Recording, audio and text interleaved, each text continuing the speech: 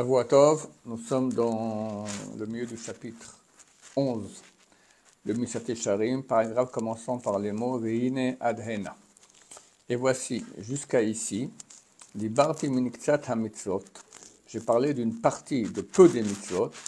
Ma shanu roim shebnei adam nechshalim bahem. Parce que nous voyons que les hommes ont tendance à transgresser ces mitzvot. À la rove, en majorité, et de eux, on apprendra pour toutes les autres interdictions.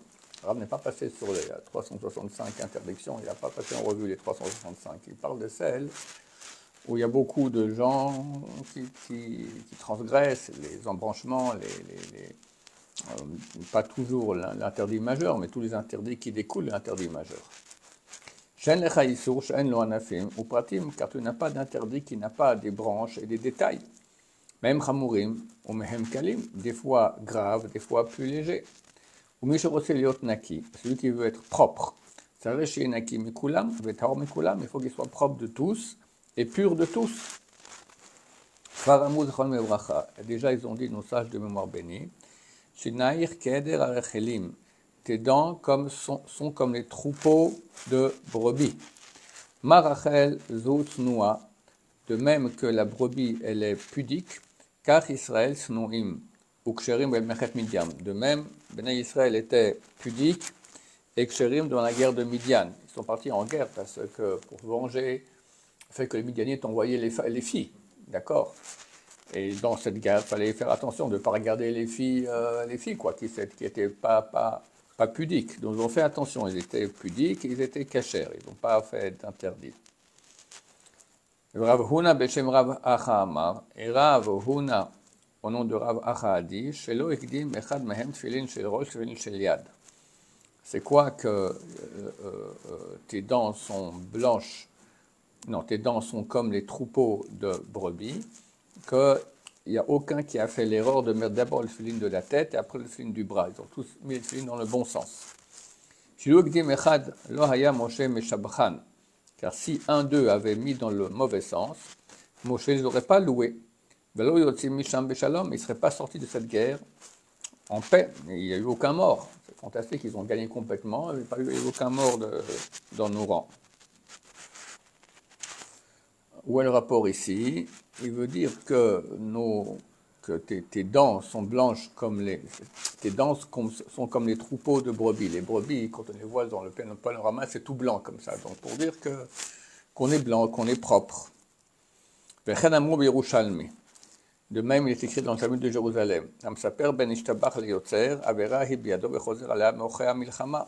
Celui qui parle entre Ishtabach et Yotzer, pas parler normalement là-bas. Dans le cas extrême, quelqu'un qui était aux toilettes, il fait la bracha, il la fera ici. Quelqu'un qui met de tfilin, il n'avait pas de tfilin, on lui amène, il fera la bracha sur le tfilin talit. Normalement, on ne doit pas parler en tout cas pas parler d'autres choses dans ce passage-là. Et c'est un péché dans sa main. Et à cause de ce péché, il revient des troupes. C'est-à-dire que si maintenant il a été enrôlé pour aller à la guerre, alors on disait aux soldats, tout celui qui a un péché, qui rentre chez lui. Alors pour ce péché, ce type de péché-là, il rentrait chez lui. Il ne participait pas à la guerre. Arelecha, donc tu vois, à quel point doit arriver le fait d'être pointilleux et la propreté authentique dans les actions. Donc il faut être parfait. Voilà, donc il faut faire attention dans tous les péchés, à tous les détails, et tous les embranchements, tout, être propre. Be'ezrat Hashem. Hine, comment je tzarich b'maasim kar tzarich nekim b'midot. De même qu'il faut être propre dans les actions, il faut être propre aussi dans les midot. Midot, c'est les traits de caractère. V'kima sheyoter kaché hu hanekiyut b'mida mima shu b'maasim. Et presque on peut dire que c'est plus dur la propreté dans les midot, dans les traits de caractère, que dans les actions. Ki ateva poel b'midot yoter, car la nature agit plus au niveau des traits de caractère. Mimashu poel b'maasim, de ce qu'il agit dans les actions. Notre nature, elle nous pousse plus dans nos traits de caractère, c'est notre nature, d'accord? Donc c'est beaucoup plus dur de se battre contre cela. Alors que pour les actions, il y a aussi un mauvais penchant et notre nature qui nous empêche, mais beaucoup moins. Yan, parce que Hamazeg והתכונה הם או מסייעים או מתנגדים גדולים להם. Parce que notre tempérament, il est soit il nous aide, ou soit au contraire il est contraire aux midot, aux traits de caractère qu'on doit avoir. Et toute guerre qui est contre le penchant naturel, c'est une guerre qui est dure.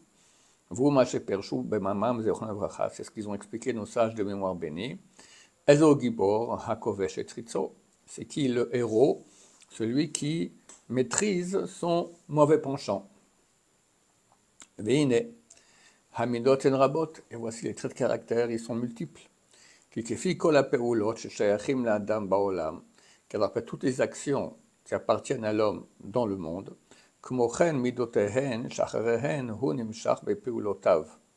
ainsi, il y a aussi les midot, les traits de caractère, qu'il est entraîné derrière elle dans ses actions.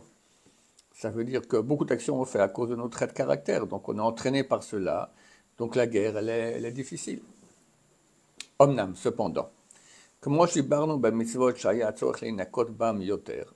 de même qu'au niveau des mitzvot, on n'a pas pris en considération toutes les 365 mitzvot négatives et on a passé en revue, on a pris en considération que celles où il y a une plus grande nécessité de se nettoyer des péchés, parce qu'il y a une tendance, un grand penchant de les faire. C'est-à-dire de ce que l'habitude des gens est de transgresser cela. De même, on parlera au niveau des minot et des midot principales. Barichut et yun yoter, plus longuement, avec plus de profondeur.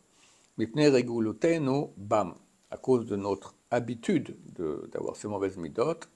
Vehem, elles se sont. Agava, la fierté. Hakas, la colère. Hakina, la jalousie. Atahava, l'envie. Hen kolele midot raot, tout cela sont des mauvais traits de caractère. Asheratam nikeret mefursamet, dont le mal est connu et célèbre. En tzarech la rayot, pas besoin d'amener des preuves à cela. Kine raot henna beatzman, car elles sont mauvaises en elles-mêmes. Veraot betoldotehen, elles sont mauvaises aussi dans leurs conséquences. Kechulan chutz mishurat hasechel vachokma, car toutes ces midot sont hors de la raison et de la sagesse. Et chacune a la capacité d'amener l'homme à faire des péchés graves. À la Agava, en ce qui concerne la fierté, Mikramale, Mazir, Veromer, on a un texte entier, donc un verset entier, qui nous avertit et qui dit Veram levavecha, ton corps va s'élever, Veshacharta Tashem Elokecha, et tu vas oublier l'Éternel ton Dieu. Le corps s'est levé, c'est la fierté. Tu arrives à oublier Dieu. À la casse, à propos de la colère, Amou Zechon Euracha, nos sages de mémoire bénie ont dit Kol koes, yé benecha kilu oved avodazara, tout celui qui est en colère, qu'il soit à tes yeux comme s'il fait de l'idolâtrie. Extrêmement grave. Al-Hakina Vatava Shaninu Behedia, à propos de la jalousie et de l'envie, on a étudié dans la Mishnah de façon claire. Hakina Vatava Vakavod Mosim Metadam Minaolam, la jalousie, l'envie et le kavod, la recherche des honneurs, sortent à personne du monde. Omnam ayuna mitztarech bam hu limalet mehem umekol anfehem. Néanmoins, l'étude plus profonde nécessaire est afin de s'échapper de ces mauvaises midot et de toutes leurs branches. Kikulam keechad sorea gefet nochia, car tous font partie de la vigne étrangère. Venatri laber bam rishon, on commence à parler d'eux un à un. Baruch Adonai, leolam, amen ve amen.